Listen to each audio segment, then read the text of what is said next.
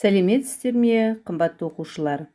Бүгінгі сабағымыздың тақырыбы оқ шаншылған Ұлытау деп аталады. Оқу мақсаты: мәтінде көтерілген мәселені талдай отырып, негізгі ойды анықтау және ғалымдық мәселелермен салыстыру. Тарихымызды еске түсіру мақсатында сұрақтарға жауап берейік. Ой қозғау әдісімен бірнеше сұрақтар берейін, ал жауап берейік. Нұх пайғамбар кемесі қалған тау қалай аталады?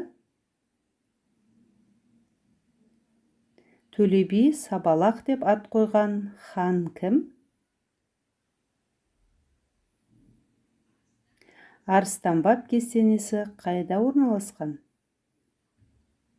Әулие ата қаласы қазір қалай аталады? Қазақ хандығының астанасы болған қала?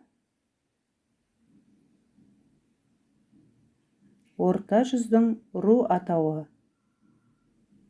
Тамаша. Халықтардың ұясы деген еді. Шындап келген кезде Ұлытау географиялық жағынан да, тарихи жағынан да, саяси жағынан да орталық болуға лайықты жер. Ал енді Шыңғыс ханның баласы Жосы неден жатыр. Оның алдында Алашахан. Кейін кезде Шыңғыс осында жатыр екен дегендер айтатындар бар. 17 хан қазақтың осы Ұлытауға келіп Ақкиізге отырып қан рәсімін жасаған. Ұлытау шын мәнінде географиялық феномен.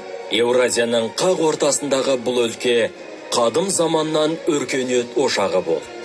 Ұлытау атауын бағзылар бұл тауға биіктік үшін емес, таудың ұлықтығын ескеріп келген болса керек.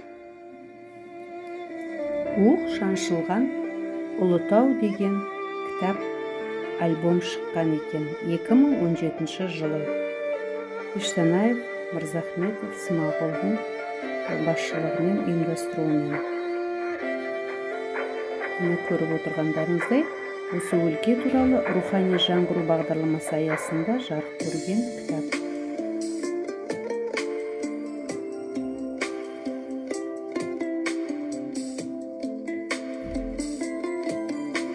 Бұл кітапты алып оқуларыңызға болады. Ұлытаудың ұлы атануы таудың биіктігінен немесе суының молдығынан емес, ұлы қауымның бас қосқан, ортақ шешімге келген жері болғандықтан Ұлытау атанған. Әбіш Кекілбаев. Тарихи ордаға айналған Ұлытау қазақ халқының тарихи орталығы. Ұлытау ауданы Қарағанды облысы құрамындағы аудан. Табиғаты да керемет. Ұлытаудың жерінде Шыңғыс ұрпақтарымен байланысты. Сәулеттік ескерткіштер жетерлік.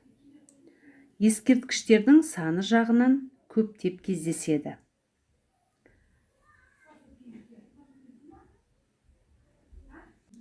Сонымен қатар бұл өлке ежелгі дала өркениеттің, шаруашылықтың, мәдениеттің алтын бесігі іспетті. Оның бірден бір дәлелін айтатын болсақ, Ұлытау арқылы Ұлы Жібек жолының Сарысу немесе Мыс жолы атанған негізгі тармақтарының бірі өткен.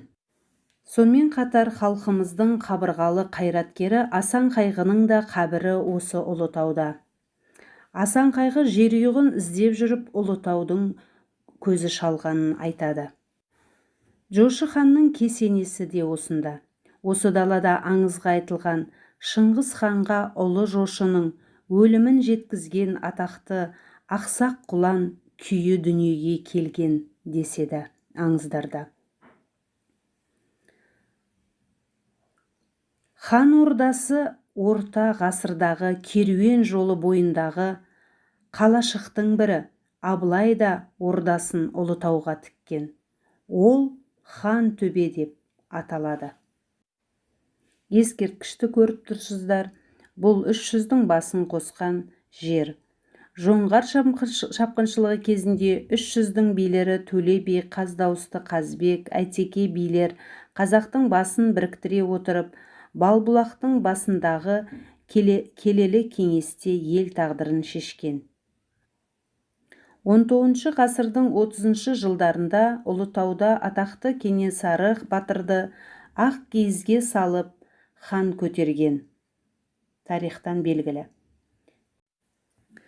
1992 жылы дүниежүзі қазақтарының алғашқы құрылтайына қатысуға келген қандастарымыздың бір тобы арнайы Ұлытауға келген. Елбасы Нұрсұлтан Әбішұлы Назарбаев ежелгі мекеннің мәртебесін одан әрі асқақтату үшін халықпен кездесу болған. Сол жерде жолдың бойында төбеге белгітас қойғызып, қазақ елінің бірлігі мен тұтастығын бейнелейтін еңселі ескерткіш орнатуды аманаттаған болатын. Сол мемлекеттің тұтастығы мен Қазақстан халықтарының бірлігі белгітасы 2005 жылы бой көтерді. Оқушылар, Ұлытау туралы толық мағлұмат алдыңыздар деп ойлаймын. Енді олай болса, тапсырмаларды орындайық. Дескриптор өз біліміне сүйеніп, тақырыпты жалғастырады.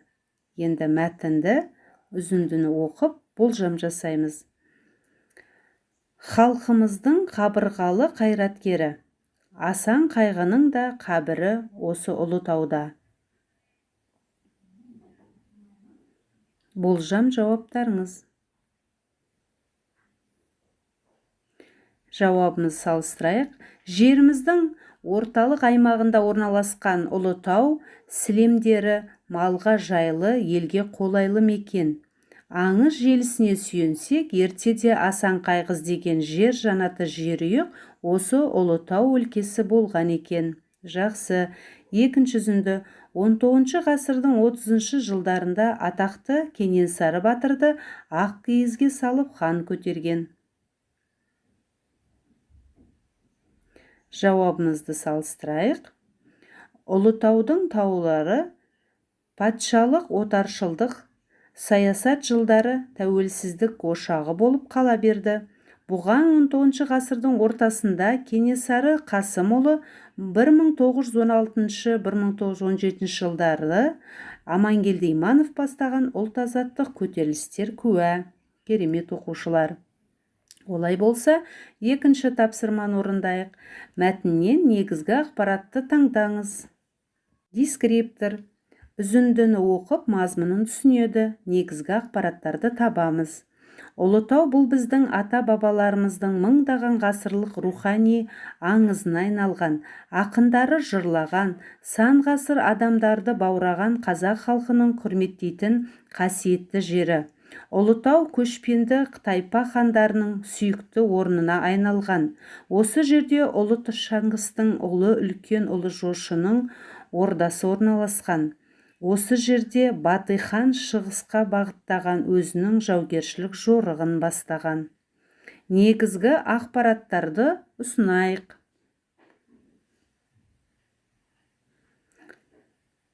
Ұлытау қасиетті жер, Шыңғыс хан, Жошы хан, Батый хандардың мекені. Жарайсыңдар, дұрыс жауап берді деп ойлаймын. Оқушылар, мәтінді тыңдай отырып, қандай стильдік ерекшеліктерді байқадыңыздар? Ойланайық, дұрыс жауап береді деп ойлаймын. Ой, нақты, түсінікті. Қатаң жүйе сақталған. Тарихи терминдер жиі кездеседі. Тайпа, хан, алтын орда. Хабарлы сөйлем түрінде берілген. Осы шақ, өткен шақ жиі қолданылады.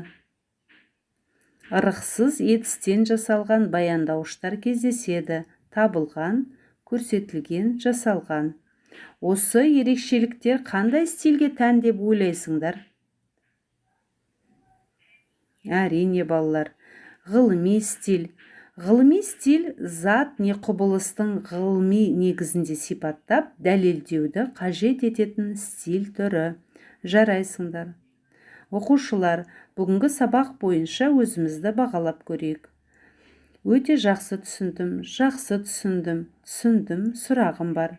Өздеріңізді әділ бағалады деп ойлаймын.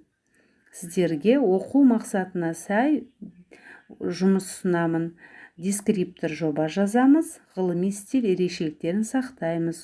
Ұлытау визит орталығы, шағын зерттеу жүргізіп көрейік. Жоба ұсынайық балалар. Оқушылар, бүгін қорытындылап жіберсек, бүгінгі сабақта мәтін үзінділер бойынша болжау жасадық, тиісті ақпараттарды анықтадық, ғылыми стильді тілдік құралдар арқылы дәлелдедік. Ұлытау қазақ халқының тарихы мен қасиеті сақталған жер. Рахмет, келесі кездескенше балалар. Назарларыңа үлкен рахмет. Сау болып тұрыңдар.